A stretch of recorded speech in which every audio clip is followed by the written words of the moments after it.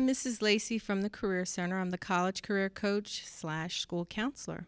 Today we have with us the 5 local colleges here, and we are going to do a little roundtable discussion about the admissions process. We'll start out by introducing each representative. Hola, good morning. My name is Ilma Aguirre from Kutztown University. Hello, my name is Maria Tinoco, and I'm from Penn State Berks. Good morning, Chris Bone from Albright College. Good morning, Oria Bradley from Reading Area Community College. Hello, Brett Crotty from Alvernia University. I just want to say thank you to all of the representatives for taking time out of their busy days to come and give Reading High School students and their parents, counselors, teachers, and staff information about their schools and the admissions process. Thank you guys for coming. The first question that I have is, regardless of grade level, if a 9th grader decides that they want to go to college, 10th, 11th, or 12th grader, what are some of the admissions requirements, or what expectations do you have for any student that desires to go on to further their education after high school? For Penn State University, we require students to take all of their math courses. That, again, math is a building course that you want to start off really good at the beginning, and want to make sure that you take either trigonometry, pre-calc, or calculus moving forward before you graduate. That is a must for Penn State, and I'm sure it's also a requirement for many of the universities here today. The best single indicator of your college success is going to be your high school transcript. So truly believe that taking a challenging course load, preparing yourself academically, is the most important piece, because at all of our schools, you need to be able to do the work inside the classroom. So taking a college prep course load, advanced courses, honors courses, AP classes are really going to be important in terms of preparing you, and everything else that you do outside the classroom will enhance your ability to be a strong student on our campuses, but the work in the classroom is the most important. And your classroom work here at Reading High is going to be the number 1, 2, and 3 best predictor of your successes in the classroom on our campuses. I think it's important to understand that your grades start counting in 9th grade. Most schools, when they look at your application, when you're applying to different schools, they will look at your cumulative GPA from 9th to 12th grade. So you want to make sure that you understand that the grades that you earn in 9th, 10th, 11th, and 12th will start shaping your academic success for the future.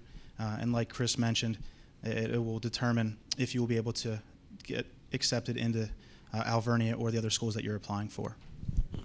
Taking challenging courses during high school will help prepare you for the college placement test at Reading Area Community College.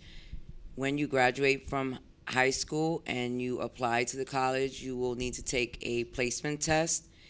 So taking the challenging classes can help you in the areas of math, reading, and writing. And that will give you a better opportunity when you take the tests. So you need to prepare yourself, ask questions. If you need help while you're in high school, ask for some tutoring and get the help that you need. At Kutztown, just to piggyback on what everyone else is saying as well, you know, 4 years of English, 3 years of science, social studies, math. Get involved at your schools, but we're really focusing on your 9th, 10th, and 11th grade cumulative year. Really important to just hit the grades and challenge yourselves as well. Thank you. As a school counselor, and I know the other counselors feel this way, we're always encouraging the students to also take the SAT and ACT. We talked a little bit, or Chris and all the others mentioned the high school transcript being important, and I know that students also have to take or should take the SAT or the ACT. Is there anything you can give them about maybe how many times, how to prepare, anything about the SAT? And I know Albright has a special situation in terms of SATs. We are a test optional school, which means students can apply without SAT or ACT scores. Certainly don't mean that to encourage students not to take the tests. They should be taken. They should be taken in the junior year. They should be taken again at the beginning of the senior year. The SAT scores, actually after the third time the student takes them, actually tend to start going down. ACTs, there is the philosophy that can be a little bit more classroom-based, so sometimes your students who maybe don't achieve a score on the SATs that they would like to, but are a very strong student in the classroom, sometimes they will do better on the ACT. So it's not a bad idea to temper both tests, to try them. They're offered all several times during the year. At Albright, if you decide you do not want to submit your test scores, the requirement would be that you come in for an admissions interview. We advise all students to interview whether they're submitting scores or not, but an interview would be required as part of the application process if a student would decide not to submit test scores. The reason why we don't require test scores is, again, going back to a previous answer, that your transcript is the best predictor of your four-year college success, which is ultimately how we review applications. We review applications at Albright to predict the student's potential to be successful at Albright, which would mean to graduate in 4 years. And the SATs, while a good predictor of first-year college success, actually their predictive value dissipates after that first year. So at Albright, we do recommend that you take the SATs and the ACTs, and actually more than once. However, if you do not want to share those scores with us in the application process, you're not required to. I think it's important to note that there are two great resources for you. If you're interested in learning more about the SAT or ACT, you can go to collegeboard.com. It's collegeboard.com. If you're looking to see when the SAT is offered or learn more about what type of criteria is involved. And then the ACT is a little bit easier. It's act.org. And I just want to encourage you, maybe start doing a question of the day, SAT question of the day. You'd be surprised if you start your 9th and 10th grade year and do a question of the day, how when you approach your 11th grade year at the end, you can challenge the SAT or the ACT. Also keep in mind that if you take the SAT 2 to 3 times, we will take the highest of the score. If you take your ACT, we will combine that with an SAT score. So you always want to strive for the best score. But, you know, my recommendation to you is do that SAT question of the day, buy a guide over the summer and make that your Bible, so to speak, and just study it and challenge yourselves the previous year to take the test. At Reading Area Community College, we do not require SATs or the ACT. We do encourage that you take them. We will take the high score of the SAT, of the essay of a 10 to waive placement testing in reading and writing. So that's a great opportunity to come into the college process without having to take the reading and writing portion of the test. Also, if you score high in your PSATs, you can also waive the reading and writing portion of the test. So that is a great incentive for you to take both exams and do your very best, because down the road when you go on to the four-year institutions, it's something that they take a look at, and it's something for you as a student to kind of say to yourself, okay, these are the areas that I need to improve. So use it as an indicator for yourself. At Penn State, we do ask that you send us and submit either ACTs or SATs, and for the ACTs, we do need the writing portion of that test, so we need all 3 parts. The writing portion, you have to sign up separately to make sure that you are eligible or able to take that test. We take the best sitting date that is appropriate for the student. Other colleges do, I believe, what is called a super score, where they take the best score of that section. But at Penn State, we take the best sitting score. Also, another thing that's important for the SATs at Penn State is that we use your English scores or your reading scores as replacement for your English placement exams if you are accepted. Great, thank you. I just wanted to say one thing. If you want to get registered for the SAT, we are always available in the Career Center, room 359, to help you with the SAT or the ACT. And I just wanted to also mention that the difference between the SAT and SAT, and as you hear, all these colleges accept SATs and ACT tests.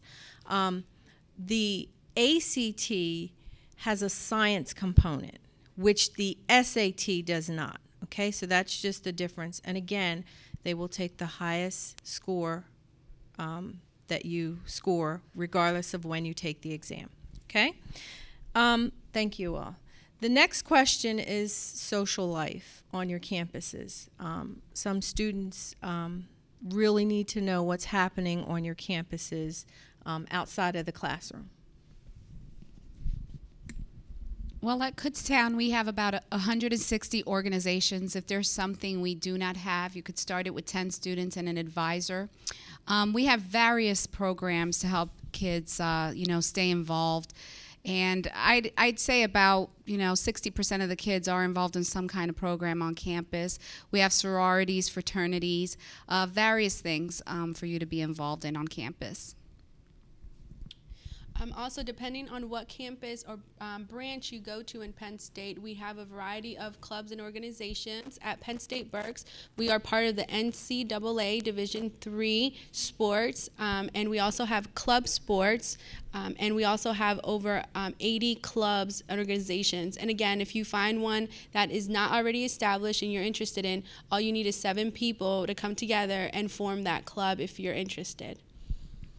About 70% of students at Albright reside on campus, so it is their home. So we have to have things exterior to the classroom to enhance their experiences academically, but also just plain fun stuff, social. About 1 in 4 students are involved in athletics, which is also at the NCAA Division III level. About 1 in 4 students are involved in the arts, which is actually a nationally recognized art program. But one of the best things is that all of our programs in terms of extracurricular are open to students that might not be majoring in that area. So our Domino Players, which is a nationally recognized group, is actually made up of students that are theater majors, but also education majors and science majors and majors from all across the campus. And we think that's important because we want students to have the experience that they want while they're on campus. They want to be able to cram as much into 4 years as possible, not only because those are experiences that they're going to remember, but also because sometimes those are experiences that are resume builders, that a med school may look at on a med school application, or an employer may look at for a leadership experience. So there are 70-plus clubs and organizations. There are 23 athletic teams. There are broad opportunities during full semesters and our January term. There's a research program that's funded by the college that actually pays students to do summer and January research projects with professors. So plenty of opportunities outside of the classroom to enhance the student's experience and just have plain fun. Some people might ask, what can you do on the community college's campus? At RAC, the students are very involved within the community in Reading. They serve many different organizations. They volunteer their time. We have the Psychology Club, Criminal Justice Club. We also have a newspaper on campus. We put out a book. All the students contribute, and these are books written out by the students. Photographs. We have students who have many talents at the college, and they all join together to put together a book that is released every fall for new students. And you can do many things by volunteering. So Reading Area Community College students give back to the community of Reading. And I think the best way to check out the social scene of East Campus is actually going and visiting. There's one specific thing that I'll mention from Alvernia to help solidify your college choice. If you've applied and you are a senior, you're allowed to come for an overnight visit, and you stay overnight with someone in your major. So for example, if you're an occupational therapy student, you would go to class with them that morning and then stay overnight with them that night. So you can see what's happening Fridays into Saturdays, or a typical Monday into a Tuesday, to see what a day in the student life is like at Alvernia. Great. Would it be safe to say that the students that are most successful on campus and actually stay and graduate are those that are involved in other activities on campus, as well as activities in high school? I would definitely say that that is the case at the Penn State Berks campus. A lot of our students do commute from home and surrounding apartments, and a lot of our students that are commuters say that, in fact, because of their involvement in campus and club activities, that has helped them not only choose Penn State Berks as their main campus, but also they are willing to give back and continue to grow their resume of organizations that they're involved in. So when we look at high school, the activities that you're involved in high school will hopefully get you accepted, along with your good grades and your SATs, accepted to a college. And then once you actually get to college, you use those same activities or more activities to actually enhance your resume to get a job or go on to further your education after your bachelor's degree. Okay, so that's safe to say. All right. The next question. I know as a school counselor, often we help the students choose a major, we help them to apply to your schools, and then comes the financial aid. Some students really believe that they can't go to school because they don't have any money, and that's far from the truth. We don't want students to decide not to further their education because they feel that they cannot afford to go to college. That's far from the truth. I wanted to ask a specific question. If a student is applying to a college and they have an EFC, which is an expected family income of $0 or less than $1,000, EFC of 0, what are the possibilities for that student to go on to college? Well, students will fill out their financial aid form, and right now, seniors should be filling out their college applications. Financial aid documents do not need to be submitted at this time. The new FAFSA form, which is the free application for federal student aid, which is the form that all students must file to be evaluated for monies from the state and the federal government and also our own institutions, will not be available to seniors until after January. We recommend that most students file by sometime by mid-February. So right now, college applications right now, after the new year, we get started completing our FAFSA forms, which can be found at fafsa.ed.gov. And that form, you will only fill out one FAFSA form. It is the student's FAFSA form. Parental resources will be on there as well. And then a student may list every school that they are at that point still interested in. They do not have to have an admissions decision. They just need to know, hey, I'm thinking about going to this school potentially. I want them to have my financial aid information. And then the FAFSA form is a form that does evaluate you for state financial aid. It does evaluate you for federal financial aid. It does allow the school to evaluate you for resources that they provide as well, and also calculates that very important number called an EFC, which is an expected family contribution. So the government has said through all of these formulas that we have, we say according to the income that you have and the resources that you have financially, this is approximately how much your family should be able to afford to send you to school every year. And then for every school, it's a very quick subtraction problem. Taking whatever they cost, subtracting that EFC number and saying, okay, this is the gap of resources that this family has. This is how much assistance that this family needs in order to be able to afford to come to our campuses. So if a family has a 0 EFC, the family may be saying, there's no way we can afford to go to college because we don't have any resources to pay for what an education costs. A school may cost $3,000, it may cost $53,000. I can't afford it no matter what it costs. Well, a family with a 0 EFC, let's just talk about some of the things that would be available to them from different resources before we even get into what the colleges have. If a student is staying in-state, they'd qualify for an in-state state grant, which would approximately be about $4,500. So $4,500 right off the bat if a student's going to a 2 or 4 year college, depending on that college's cost, but that would be the maximum amount that they'd be eligible for. They'd also be eligible for a full Pell Grant, which could be a maximum of $5,500. So right now you're already talking about $10,000, and I'm talking about grant money, money that does not need to be paid back. It's free resources for the student as long as they're enrolled full-time in college. So you're at $10,000 of money that doesn't need to be paid back before we get into any resources that the colleges can provide. There are borrowing opportunities as well for students. A student can take out a Stafford loan opportunity, which, yes, does need to be paid back, but can defer the cost of their education.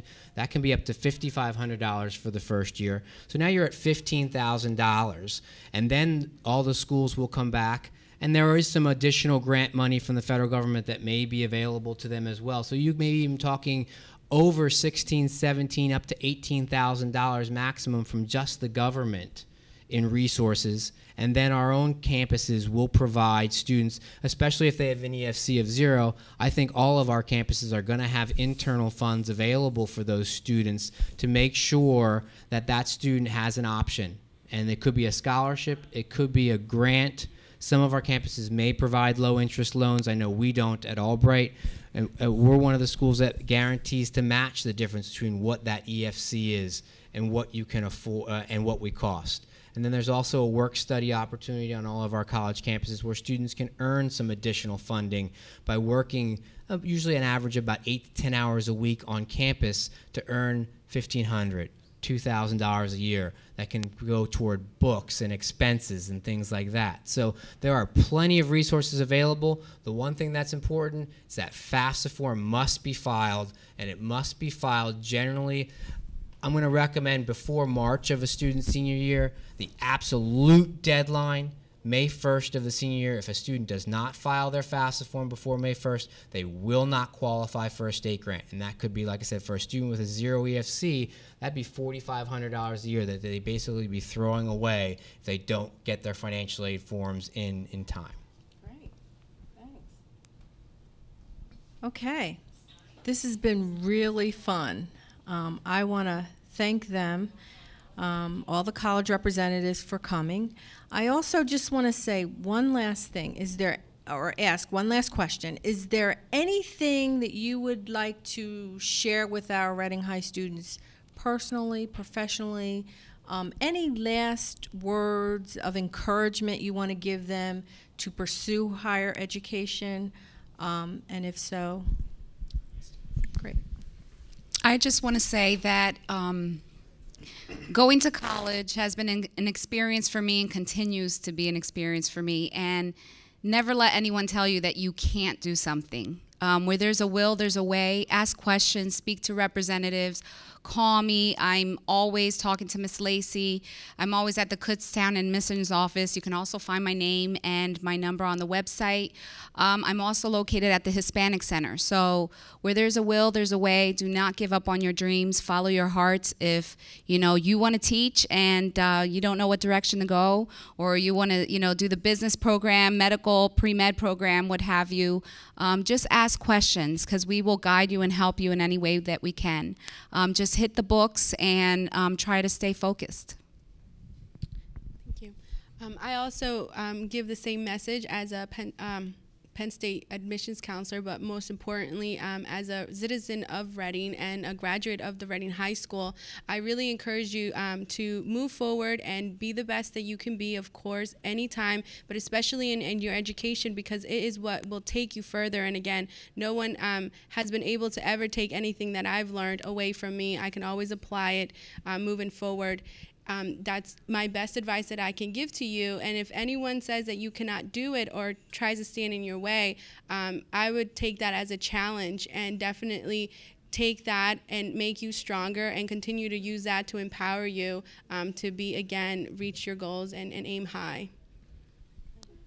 I would say engage people in this process, engage your guidance counselors, engage the college representatives, try to have fun with it. I think everyone's just trying to get to know you a little bit better and make sure that we're helping you make the best decisions for you. I would also give you some plain numbers. In terms of a college degree, the unemployment rate in Pennsylvania is about 9% right now for all eligible aged employees. For a college graduate, it's 4.1% right now in the Commonwealth. So getting a college degree will better your opportunities to gain employment, and will also better your opportunities to have a career, or actually multiple careers. So there's nothing better that you can do after Reading High than going on to furthering your education either at one of our institutions or another one. So we wish you the best of luck in terms of doing that. I would say I want you to believe in yourself. No matter what goes on in your life, no matter where you live, where you come from, your surroundings, you can overcome any obstacle. But it all starts out with believing in yourself. There are so many people within Reading High School, on this panel. We believe in you, but it all starts out with yourself. You have to believe in yourself and want more for yourself. We all have dreams, and you can be all that you want to be. Education opens up many doors, not only for yourself, but for the future and for your family. You want to be the role model of your family. It all starts out with you. Believe in yourself, because there are many people. I believe in you. You know, my name is Aurea Bradley, and I'm from Reading Area Community College. You can always send me an email or visit me in the Career Center, and I will answer any of your questions. If you choose to explore the college, and we're here to pass on the message that you can do that, there are some great people here at Reading High School, as well as some exceptional resources at the local institutions in your backyard that can literally change your life. Please come to us, ask us questions, and let us know how we can help you. Great. In summary, Reading High School, you now have not one excuse for why you cannot pursue higher education. There are resources available to you inside and outside of school. So again, if you have any questions, any concerns, any fears, please come and check us out in the Career Center. I have all their contact information. Again, we are available to you. We're here to help you. We're here to steer you in the right direction. Is a 4-year degree for everyone? Maybe not. But if you want it, you can get it, and we're here to help you inside the high school and also outside of the high school. All right? Thank you guys again for coming. This was really fun. Hopefully we can do this again.